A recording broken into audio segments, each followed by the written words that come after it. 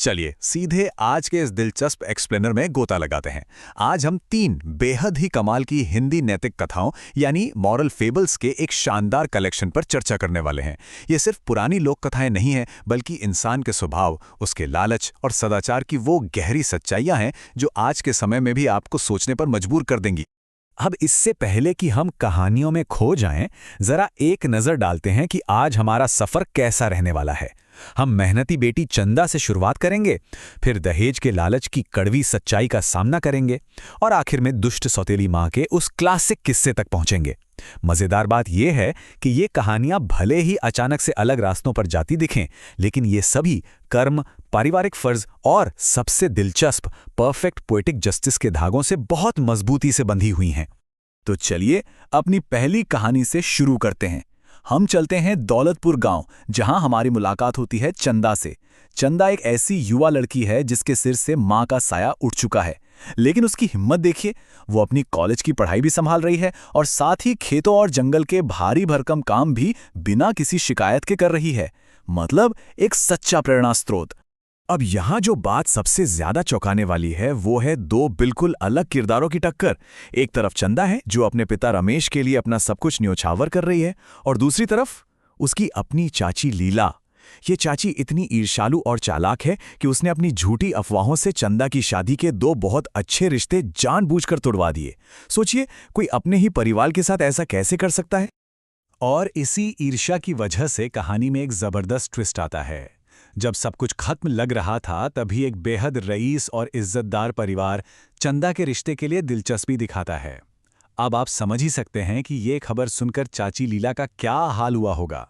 वो तो डर और घबराहट से पूरी तरह बौखला गई। लेकिन इस रईस परिवार के मुखिया सेठ धनीराम का नजरिया बिल्कुल अलग था। उन्हें अपनी होने वाली बहू में बैंक बैलेंस या दिखावा नहीं, बल्कि संस्कार चाहिए थे। उन्हें एक ऐसी लड़की की तलाश थी जो पारिवारिक मूल्यों को समझती हो। एक इतने अमीर सेठ का पैसे से ज्यादा गुणों को अहमियत देना, यही वो बात थी जिसने ईर्ष्यालु चाची को एक बेहद ही खतरनाक और सच कहूं तो थोड़ी फिल्मी साजिश रचने पर मजबूर कर दिया। अब जरा देखिए कि ये साजिश किस हद तक जाती है। चाचा महेश रात के अंधेरे में उन दोनों गांव को जोड़ने वाले बांध को ही काट देते हैं ताकि सेठ कभी चंदा के घर पहुंच ही ना पाए। लेकिन क्या ये काम आया? बिल्कुल नहीं। सेठ धनीराम का इरादा पक्का था। टूटे हुए पुल को देखकर उन्हें वापस लौटना जरूर पड़ा, लेकिन उन्होंने शगुन पंडित जी के हाथों भिजवा ही दिया और फिर एक दिन आके अपने बेटे कुलदीप की शादी चंदा से पक्की कर दी।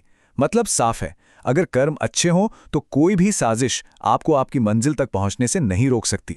खैर, ग्रामीण भारत की इस कहानी के बाद अब हम अपने दूसरे किस्से की तरफ बढ़ते हैं। ये कहानी थोड़ा अलग है, क्योंकि ये सीधे आज के समाज के एक बहुत ही कड़वे सच यानी दहेज के जाल पर एक तीखा प्रहार करती है। इस कहानी में जो स्थिति है वो आपको भावनात्मक रूप से झकझोर देगी। जरा सोचिए, एक तरफ पिता श्यामलाल हैं जिन्होंने अपनी बेटी की खुशी के लिए अपना पुश्तैनी घर तक गिरवी रख दिया, और दूसरी तरफ है वो लालची सास सुषमा जिसने अपनी लालच की भूख मिटाने के लिए शादी की पवित्र रस्मों को ही बीच में रोक दिया, सिर्फ इसलिए ताकि वो 5 लाख रुपए नकद ऐंठ सके। ये सच में दिल तोड़ने वाला है। और अगर आपको लगता है कि बात यहीं खत्म हो गई, तो जरा इस लालच की रफ्तार देखिए।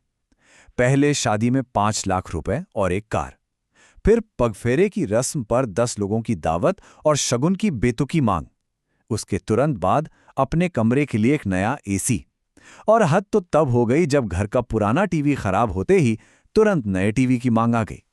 ये हमें साफ दिखाता है कि जब आप जबरन वसूली के आगे एक बार झुकते हैं तो आप अनजाने में ही आगे के शोषण का दरवाजा खोल देते हैं। और ये बात इस जहरीली मानसिकता को बहुत ही शानदार तरीके से उजागर करती है। सास का वो डायलॉग याद है, एक बेटी का पिता ताजमहल भी दे दे तो कम है और लड़के वाले जितना भी ले लें वो भी कम है। ये सोच अपने आप में एक अथाह कुआं है जो कभी भर ही नहीं सकता। असल समस्या सामान में नहीं, बल्कि उस कभी खत्म ना होने वाली भूख में है। लेकिन हर शोषण का एक अंत होता है। अब हम आते हैं उस सबसे अहम टर्निंग पॉइंट पर, जहां हमारी दुल्हन पूजा आखिरकार इस लालच के खिलाफ सीना तान कर खड़ी होती है। जब उसकी सास एक टूटे हुए टीवी के बहाने उसके पिता को फिर से ब्लैकमेल करने की कोशिश करती है, तो पूजा तय करती है कि बस अब और नहीं, मैं ये घर छोड़ कर जा रही हूं। मैं अपने पिता पर और बोझ नहीं बनूंगी। ये पल बहुत ही शक्तिशाली है। पूजा ने उस दुर्व्यवहार के दुष्चक्र को पूरी तरह से तोड़ दिया।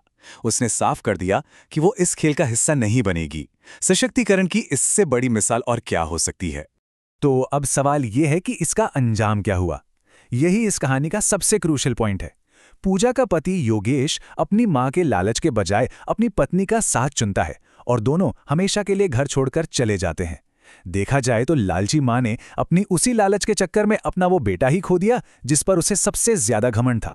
चलिए अब हम आज के इस एक्सप्लेनर के तीसरी और आखिरी कथा की ओर मुड़ते हैं। मजेदार बात यह है कि इस कहानी की मुख्य पात्र का नाम भी चंदा है, लेकिन ये चंदा एक क्लासिक दुष्ट सौतेली मां के जुल्मों का शिकार है। अब इसके साथ जो हो रहा था वो सच में रोंगटे खड़े कर देने वाला है। सौतेली मां डुमरी उसे भूखा रखती है, दिन रात उससे काम करवाती है, और जब बाजार में चंदा महज एक लड़के कमल से साधारण सी बात करती दिख जाती है तो इसे एक बहुत बड़ा हथियार बना लिया जाता है। इस छोटी सी गलतफहमी का फायदा उठाकर पिता केशव पर इतना दबाव डाला जाता है कि उसे मजबूरन 10 दिन के अंदर चंदा की शादी करके उसे हमेशा के लिए घर से निकालना पड़ता है। लेकिन जैसा कि हम जानते हैं, किस्मत हमेशा अपना रास्ता खोज ही लेती है। आइए देखते हैं कि इस आखिरी कहानी का अंत कैसे होता है। जिस शादी को एक सजा की तरह इतनी जल्दबाजी में थोपा गया था, वही शादी इस शोषित लड़की के जीवन का सबसे बड़ा चमत्कार बन जाती है। आपने भारतीय संस्कृति में लक्ष्मी के रूप का कॉन्सेप्ट तो सुना ही होगा, है ना? ये माना जाता है कि एक गुणी और अच्छे स्वभाव वाली नई दुल्हन अपने साथ अपने नए घर में अपार सौभाग्य और समृद्धि लेकर आती है। तो जिस चंदा को उसके अपने परिवार ने बोझ समझकर फेंक दिया था, वही चंदा अनजाने में अपने ससुराल वालों के लिए किस्मत का ताला खोलने वाली चाबी बन जाती है। उसके उस घर में कदम रखते ही देखिए क्या कमाल होता है। विरोधी चाचा जो इतने सालों से जमीन के मुकदमे में अड़े थे, वो केस हार जाते हैं। देवर नितिन को अचानक एक बढ़िया सरकारी नौकरी का लेटर मिल जाता है। ससुर जी का जो पैसा सालों से फंसा हुआ था वो वापस आ जाता है। और तो और पूरा परिवार एक छोटे से किराए के मकान से एक बहुत ही आलीशान घर में शिफ्ट हो जाता है।